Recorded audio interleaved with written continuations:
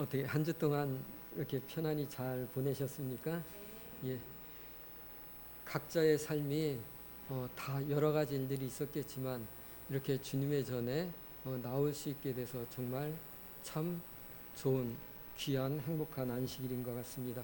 목사님께서 휴가를 가셨고 저희 이제 성도들끼리 이번 안식일은 저희들이 예배를 드리게 됐습니다. 어, 말씀을 제가 준비하면서 여러분들하고 어떤 말씀을 나눌까 좀 생각을 좀 많이 했습니다. 그냥 한 주 동안 살면서 있었던 이야기들을 대부분 제가 이제 앞에 나오면 그 주제를 가지고 여러분들하고 말씀을 나누는데 오늘은 이제 안식일 금요일 저녁이고 그래서 여러분들하고 우리가 신앙하는 신앙인으로서 어떤 말씀을 좀 나누면 좋을까 하고 말씀을 좀 여러 각도에서 좀 생각을 해봤습니다. 그러다가 계속 반복되는 어떤 나의 삶의 패턴이 있지 않습니까? 그 말씀을 좀 떠올리게 됐어요. 그래서 오늘은 시편에 있는 말씀을 주제로 여러분들과 시편 말씀을 좀 같이 말씀을 좀 살펴보려고 합니다. 어떤 개인의 삶이 아니라 시편의 우리 믿음의 선배는 어떤 마음이었고 그 시편을 졌던 그 저자의 마음을 말씀을 좀 살펴보면서 오늘 우리 신앙인들의 마음가짐은 어떻게 가지고 좀 살아가면 좋을까 그렇게 말씀을 좀 중심으로 좀 살펴보려고 합니다. 제가 읽도록 하겠습니다. 여호와여 어찌하여 멀리 서시며 어찌하여 환난 때에 숨으시나이까. 악한 자가 교만하여 가련한 자를 심히 군박하오니 저희로 자기의 베푼 꾀에 빠지게 하소서. 악인은 그 마음속에 소욕을 자랑하며 탐리하는 자는 여호와를 배반하며 멸시하나이다.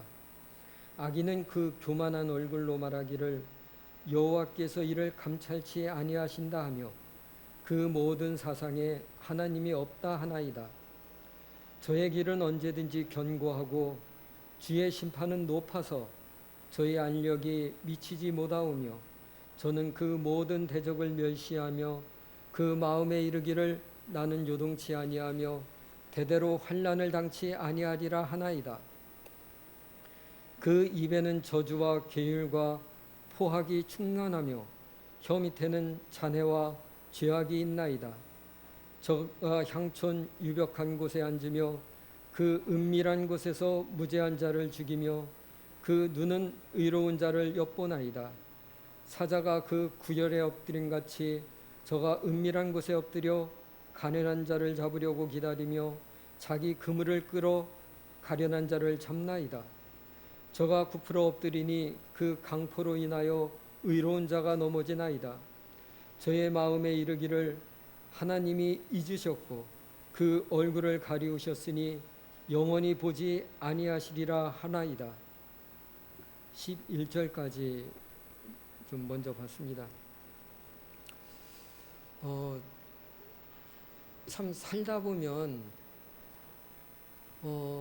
주님이 나와 함께 한다고 말은 하지만 때로는 정말 주님이 어디에 계시는지 주님이 지금 무엇을 하고 있는지 그렇게 스스로 질문을 던질 때가 좀 종종 있는 것 같아요.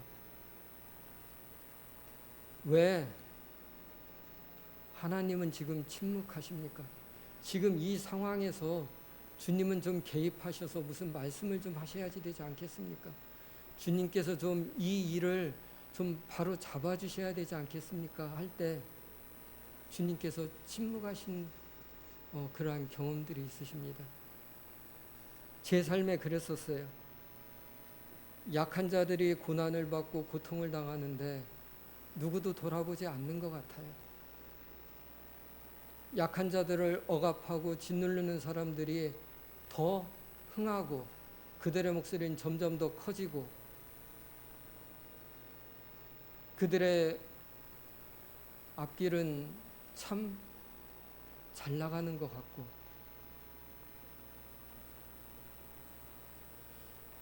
제 삶 속에서만 그런 질문들을 던졌는 줄 알았더니 시편에도 보니까 그 잘 나가던 왕도 이와 같은 질문을 하고 있습니다.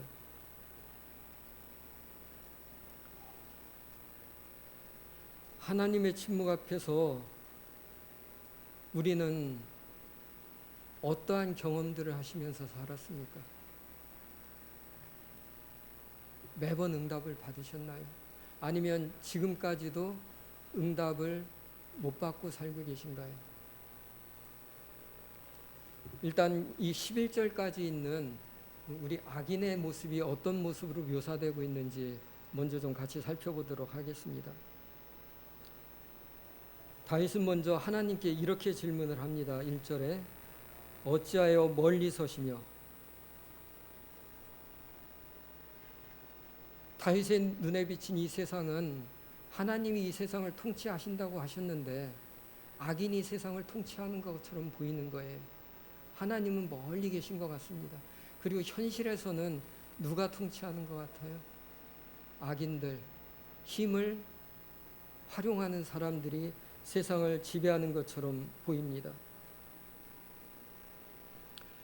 그렇지만 우리는 현실은 분명하게 그렇게 보이지만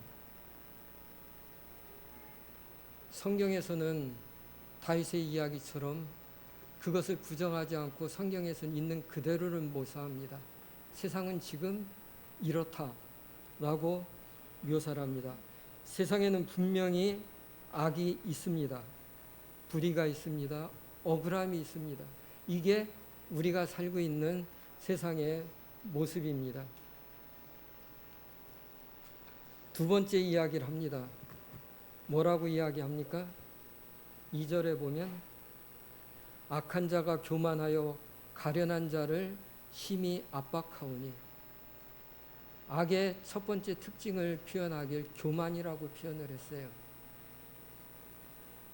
교만이 무서운 죄입니까? 교만이 왜 죄죠?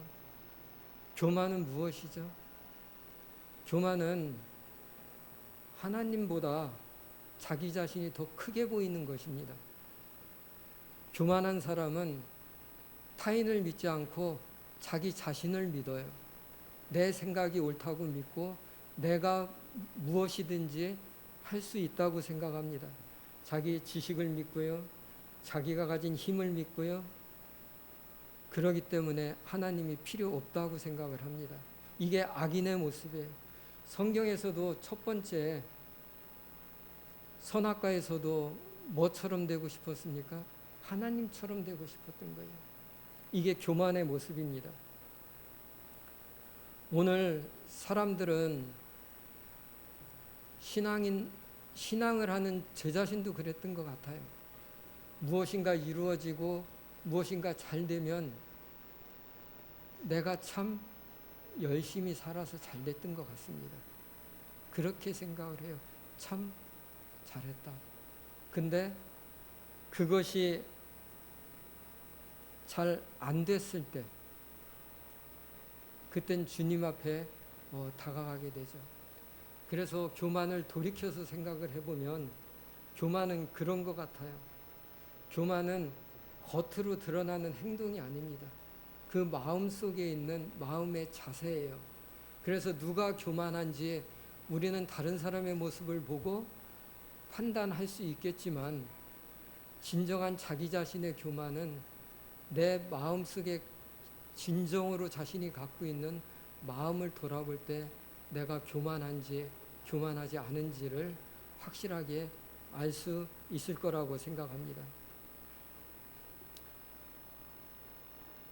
그 다음에 보면 3절에 보면 악인은 무엇을 자랑한다고요? 소유를 자랑한다고, 욕심을 자랑한다고 이야기를 합니다. 욕심 끝이 없는 것 같아요. 욕심 진짜 끝이 없어요. 예전에 지금보다 어려운 때도 있었고요. 지금보다 좀 더 좋은 때도 있었는지 잘 모르겠어요. 지금이 최고 좋은 것 같은데. 참 돈이 조금 생기면 조금 더 가지고 싶죠. 힘이 조금 있으면 조금 더 큰 힘이 있었으면 좋겠어요. 누군가가 나를 칭찬해 주거나 나를 참 괜찮은 사람이라고 이야기하면 그 얘기 계속 듣고 싶어요.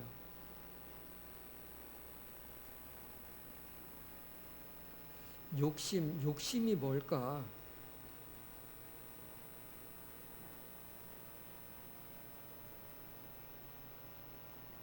욕심이 뭘까? 욕심이 뭘 것 같습니까?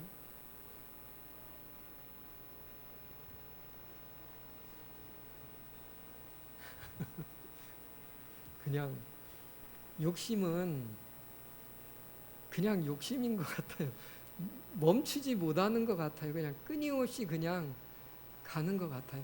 왜냐하면 내가 요만큼 갖고 있을 땐 요만한 사람하고 비교가 되고 이것보다 조금 큰 사람 올라가고 싶어요. 내가 조금 뭔가 이렇게 좀 하면은 조금 더 힘 있는 사람하고 비교하게 되고 그랬던 것 같아요. 근데 그게 뭐라고요? 악인의 모습이라고요. 그게 죄인의 모습이라고 이야기를 합니다.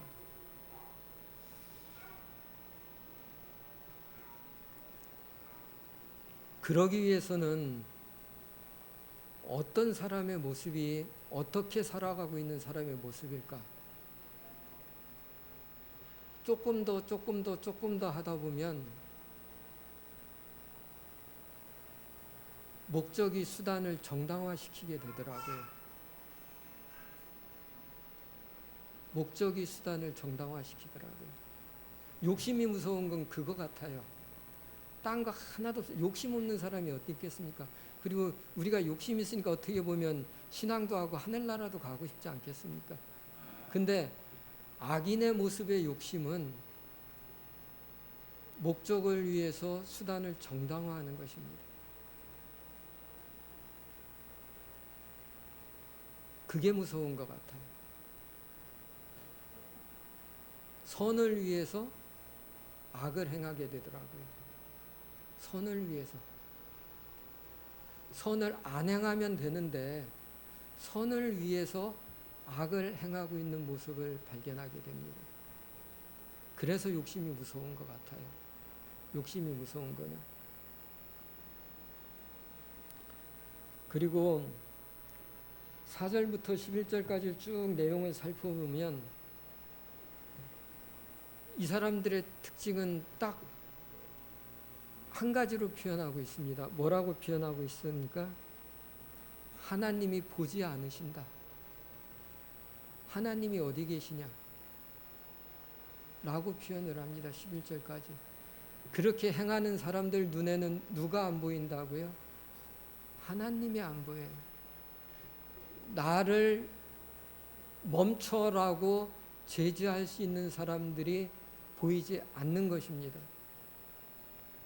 우리의 삶 속에서도 어떤 조직에서도 누군가가 목소리를 내거나 누군가가 무엇을 할 때 멈춰라고 이야기하는 사람이 있고 그 멈춰라는 이야기가 함께하는 사람들 속에서 먹히는 조직은 먹히는 가정은 참 그렇게 혼란스럽지 않은 것 같아요. 근데 그 브레이크가 없는 곳은 그 끝을 장담할 수가 없더라고요. 누군가는 멈추라고 얘기해야지 되는데 멈추라고 이야기할 수가 없고 그리고 네가 뭔데 멈추라고 해 라고 이야기가 들리거나 저기 하면 참 당황스럽죠. 근데 4절에서 11절 악인의 모습은 멈추라고 하는 사람이 보이지가 않는 것입니다. 내 맘대로 하는 것입니다. 내 맘대로 해도 잘 되는 것처럼 보이는 것입니다. 이게 악인의 모습으로 다 표현이 돼요. 저는 제 자신한테 이 말씀을 11절까지 쭉 읽어보면서 김국환이 이 사람들을 악인의 모습이라고 이야기하고 성경에서는 얘기하고 있는데 이렇게 살 수 있으면 한 세상 악인으로 살면 참 근사하지 않겠나. 교회 와서 매달리고 기도하는 게 내 뜻대로 안 되니까 내 맘대로 안 되니까 교회 와서 내 맘대로 안 되는 것 되게 해달라고 기도하지 않았나. 전혀 다른 각도에서 좀 제 자신하고 이 말씀을 좀 비춰서 비교를 해봤습니다. 이게 분명한 악인의 모습이라고 이야기합니다. 뭐라고요? 교만한 사람, 욕심 있는 사람, 하나님 어디 계신지 하나님을 발견하지 못한 사람, 이게 악인의 모습이라고 하는데 이 모습이 여기에서는 어떻게 묘사됩니까? 한마디로 잘나는 사람의 모습으로 다 이곳에서 묘사를 하고 있어요. 근데 성경은 분명하게 이야기합니다. 이게 악인의 모습이라고요. 형통하는 것처럼 보이는 모습이지만 우리 눈에 어떻게 생각하면 부럽게 보이는 사람의 모습이지만 이거 분명히 누구라고요? 악인의 모습이라고 이야기를 합니다.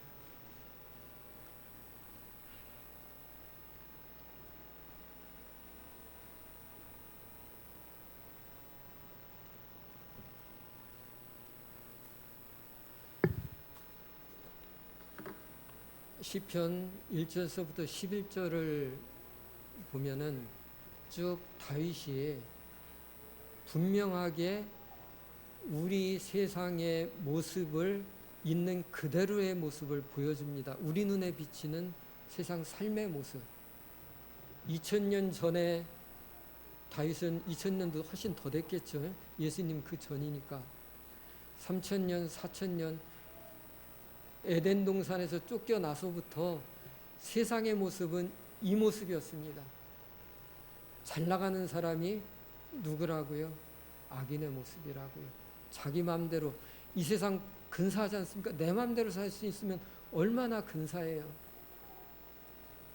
형통한 것처럼 보이고 휘두르고 멋져 보이고 근데 이게 악인의 모습, 있는 모습 그대로 보여집니다. 그 다음에 신앙인의 모습, 신앙인은 그럼 어떻게 해야 되는지 다윗의 이야기가 나옵니다. 하나님 어디 계십니까? 이 질문을 할 수 있는 사람은 하나님에 대한 확실한 믿음이 있는 사람만 이 질문을 할 수가 있어요. 이 질문만 이 현상을 보고 마음의 고통을 느낄 수가 있습니다. 마음 가운데 하나님을 없는 사람은 어떻게 살아갑니까? 여기에 동화돼서 조금이라도 피해를 덜 보려고 하고 조금이라도 이 사람들과 영합해서 그 힘을 조금이라도 나눠서 휘둘리려고 하고 그렇게 살아가겠죠. 하나님 어디 계십니까? 하고 목 놓아 부르짖을 이유가 없는 것입니다. 그렇기 때문에 다윗의 모습은 믿음 없는 모습이 아니라 이 11절까지의 모습은 이 악인들을 바라보면서 하나님 어디 계십니까? 라고 그 입에서 목소리를 내는 사람은 그 마음의 중심에 누가 있는 사람입니까? 하나님이 계신 사람입니다. 그 모습을 보고 외롭고 억울하고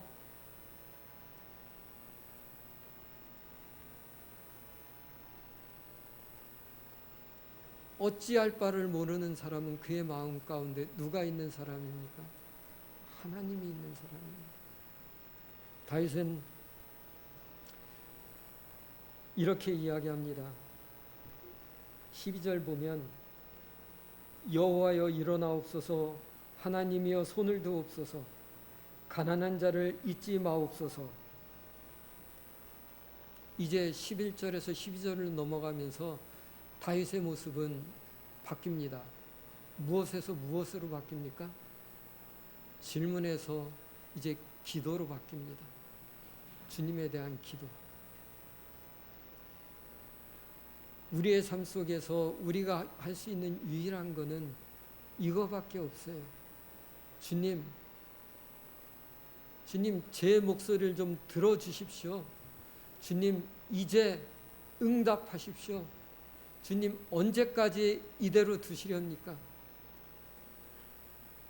언제까지 나를 이곳에서 그대로 두시렵니까? 이게 다윗의 12절부터 나타난 기도입니다. 원망처럼 비쳤던 주님 어디 계십니까? 라고 비쳤던 다윗의 이야기가 이제는 원망이 아니라 주님에 대한 간구로 바뀝니다. 주님 응답하여 주십시오. 주님 이제 움직여 주십시오.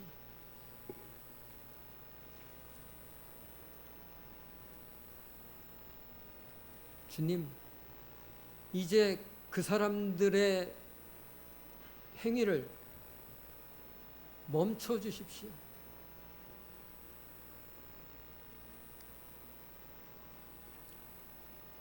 우리의 드린 기도가 주님께서 대부분 침묵하시죠. 그때 모든 것들이 멈추고 정말 주님의 영광이 그 자리에 딱 드러나면 얼마나 좋겠습니까?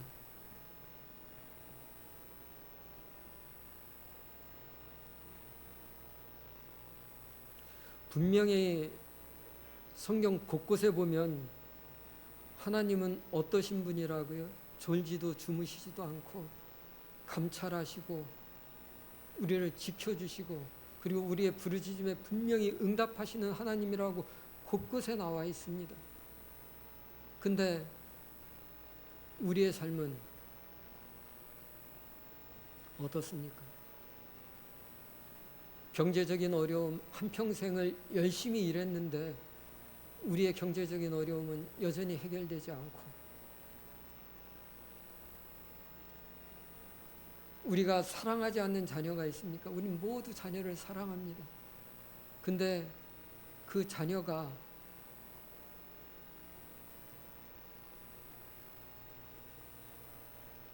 주님의 품을 떠나고 주님의 품만 떠나는 것이 아니라 때로는 부모의 품을 떠나기도 하죠.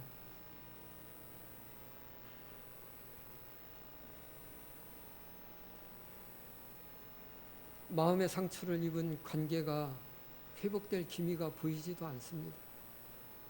형제들 간에도 시간이 지나면서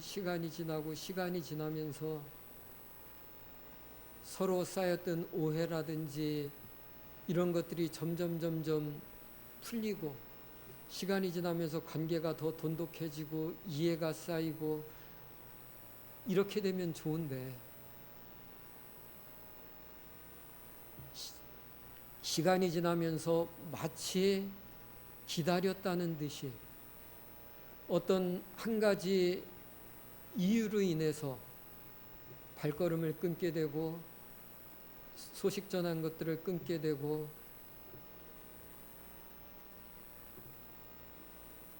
관계가 끊어져가는 이러한 것들이 그의 마음을 안타깝게 할 때 주님은 왜 우리의 삶을 그렇게 몰아갑니까? 그래서 왜 나이 먹고 시간이 지나면 고독해지고 누군가가 그 사람이 죽어가는 것도 알 수 없는 삶 속으로 우리들이 빨려 들어갈 수밖에 없을까요? 이게 우리의 현실입니다. 우리는 이 현실 속에 어떻게 반응할까요? 어떻게 반응하십니까, 여러분? 두 가지로 반응하는 것 같아요. 첫 번째는 참 안 돼. 기도해도 별거 없더라. 기도해도 안 되더라. 낭망하고 절망합니다.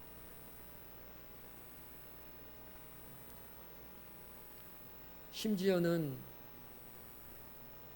때로는 그런 생각이 들 때가 있어요. 하나님이 나를 외면하신 것 같아. 하나님은 분명히 계신 것 같은데 나를 외면하는 것 같아.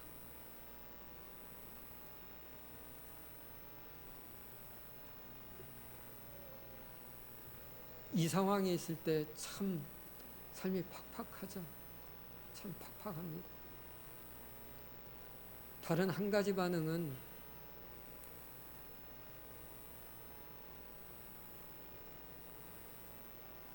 주님, 정말 제가 이해가 안 됩니다. 주님 왜 침묵하시는지 전 도무지 알 수가 없습니다. 주님 이런 상황 속에서 주님 어떻게 침묵하실 수 있습니까? 근데 주님 그래도 전 주님밖에 없습니다. 제가 갈 데가 없어요. 저는 아는 사람도 없고 어디 가서 비빌 데도 없고 전 주님밖에 없어요. 그리고 주님 더 붙잡는 그 방법밖에 없는 것 같아요. 둘 중에 하나인 것 같아요.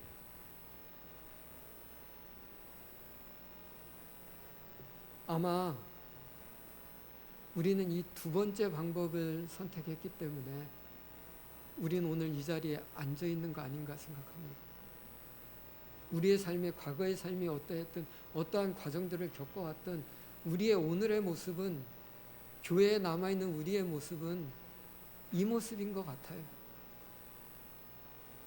어디 가서 풀 데가 없어요. 어디 가서 비빌 곳이 없어요. 어디 가서 이 문제에 답을 찾을 곳이 없어요.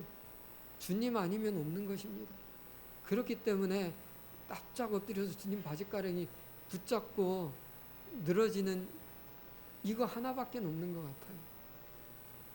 지금 다윗의 12절에서 15절까지의 모습은 이것을 이야기하고 있습니다. 분명히 믿음은 우리가 이해되는 것을 믿는 게 아니라 이해되지 않는 순간에도 주님을 붙잡고 놓지 않는 것이 믿음입니다. 우리는 우리의 문제만을 가지고 믿음을 활용하기도 하지만 주님, 억울한 사람들, 속상한 사람들, 가난한 사람들, 억압받는 사람들, 진짜 못생겨서 무시받는 사람들, 잘났는데 무시받으면 억울하지는 않죠. 거울 보고 위로라도 받죠.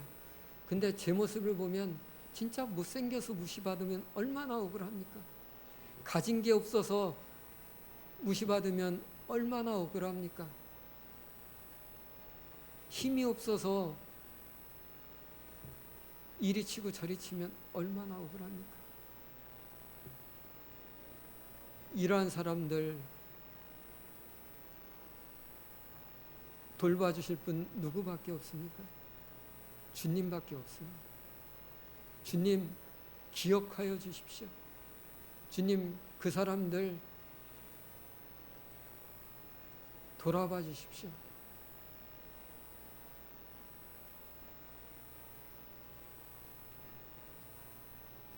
(15절입니다) 악인의 팔을 꺾으소서 악한 자의 악을 엎까지 찾으소서. 젊었을 때 좀 뭐 좀 할 수 있을 때는 그런 손목 있으면 탁 문질렀으면 속 시원하겠어요. 누가요? 내가.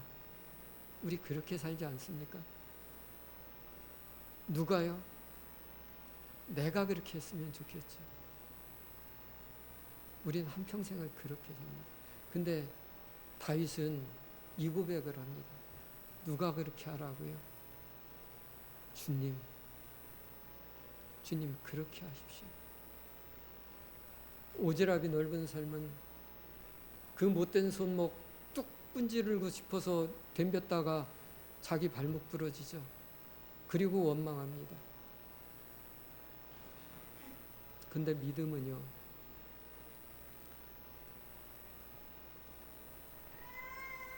그렇게 이야기합니다. 누가 하라고요? 주님. 이제 주님께서 일어나셔서 주님께서 이 일을 하십시오. 우리의 삶 속에 간혹 주님의 도구로 내가 활용됐던 적도 있을 것이고 누군가가 활용됐던 사람도 있을 것입니다. 주님은 사람을 통해서 일을 하십니다. 내가 어떤 일을 해서 인정을 받지 못한다고 분노할 이유도 없고요. 억울할 이유도 없고요. 우리의 기도가 내가 이 일을 하는 게 아니라 주님 이 일을 하여 주십시오라고 기도를 하는 사람은 그러한 억울함에는 빠지지 않을 거라고 이야기를 합니다.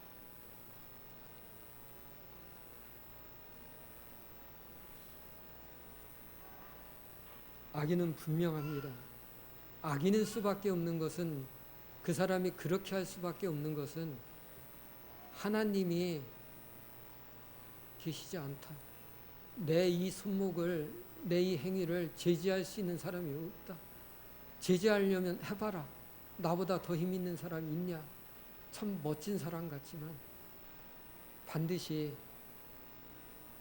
주님께서는 이야기하십니다. 분명히 끝이 있고 심판이 있다고 이야기를 하십니다.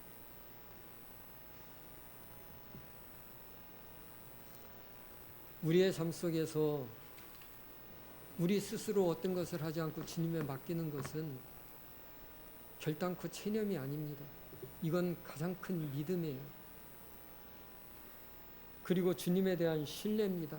그리고 기다리는 것이에요. 근데 그 기다림이 참 쉽지 않아요. 그게 내가 사랑하는 사람에 대한 문제를 가지고 기다린다면, 좀 멀리 떨어진 사람들에 대한 기다림은 아주 미칠 것처럼 그 문제가 나를 힘들게 했어도 그곳에서 돌이켜서 눈으로 보지 않으면 때때로 잊어집니다. 근데 내 시야 속에 있는 문제, 나와 마주치는 사람, 내 현실 속에 문제가 있다고 하면 내가 나서고 싶어요.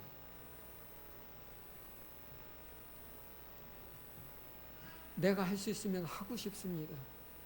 그래서 하고 참 많이 힘들어하죠.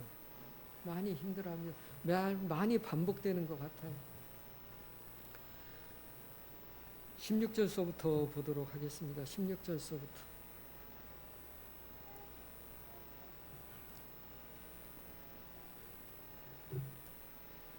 여호와께서는 영원 무궁토록 왕이시니 열방이 주의 땅에서 멸망하였나이다.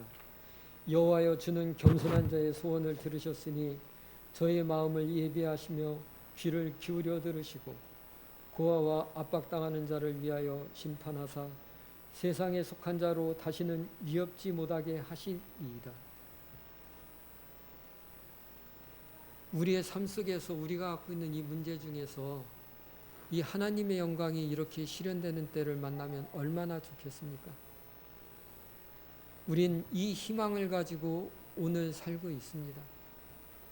근데 한 가지 확실한 거는 제 삶이 멈추고 제가 잠깐 눈을 감았다가 눈을 뜨면은 반드시 이렇게 돼 있을 것입니다.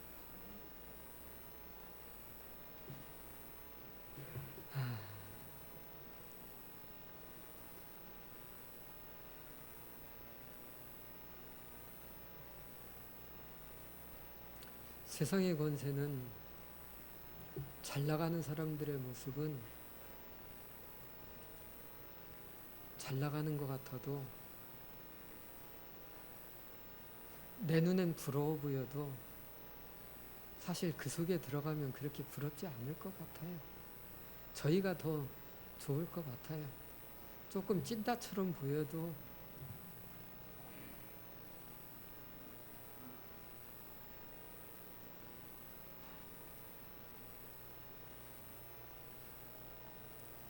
우리는 한 가지 확실히 알고 있지 않습니까? 이 세상 역사의 마지막 결정권자는 누구라고요? 하나님이시라고요.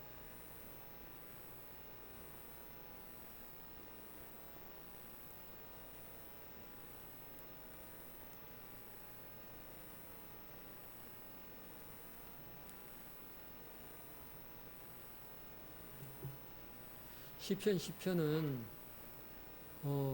1절서부터 18절까지 쭉 살펴보면 악인의 형통에서 시작합니다. 잘 나가 보이는 사람, 부러워 보이는 사람, 그러나 그 수단이 정당성을 갖지 못한 사람들의 잘 나감에서 시작을 합니다. 그 사람들이 갖고 있는 부와 권세와 힘이 제대로 쓰여지지 않고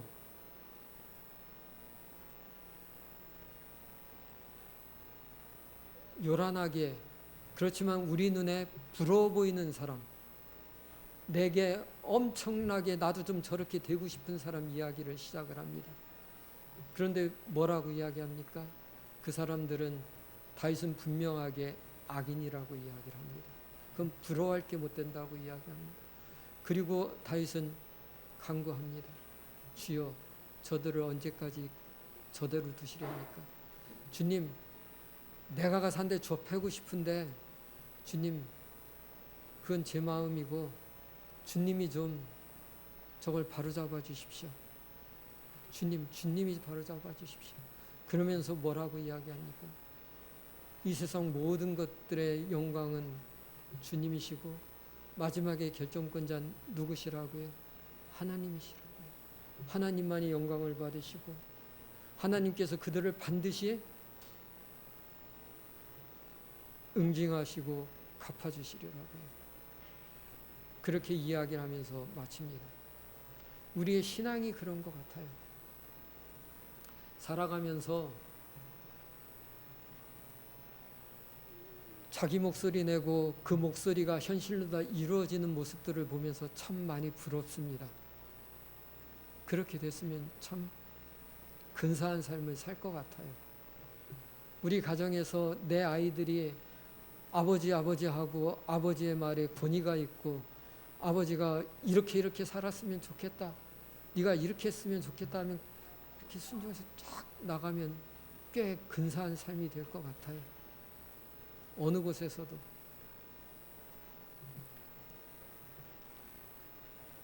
근데 말씀을 마무리하면서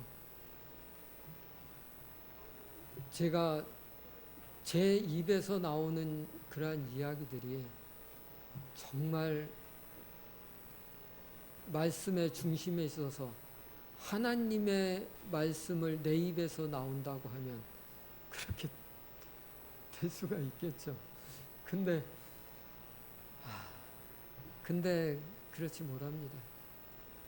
그래서 주님, 내 입에서 나오는 말을 줄여주시고 주님이 말 좀 해주십시오라고 주님 앞에 매달릴 수밖에 없는 것 같아요. 다윗은 왕인데도 그걸 아는 것 같아요. 사람의 입에서 나오는 건 선인데 우린 모두 선입니다. 처음부터 악을 계획하고 이야기하는 사람이 누가 있겠습니까? 근데 그게 참 말로 다 바뀌어서 나오는 게 이 선의가 끝까지 가지 못하는 걸 다윗은 잘 알았던 것 같아요. 그래서 누가 이야기를 하라고요? 주님 말씀하십시오. 주님이 좀 하십시오. 주께서 반드시 이 일을 바로잡아 주십시오. 그리고 그렇게 이야기를 합니다. 다윗은 눈에 보이지 않는 하나님의 통치를 확신하고 믿는 사람이었습니다. 우리도 다윗처럼 악인의 성공보다 보이지 않는 지금 침묵하시는 것 같은 하나님의 통치를 확신하고 믿으시는 여러분과 제가 됐으면 좋겠습니다. 하나님은 분명하신 분입니다. 반드시 공의를 이루시는 분이에요. 하나님은 결단코 침묵하시는 분이 아닙니다.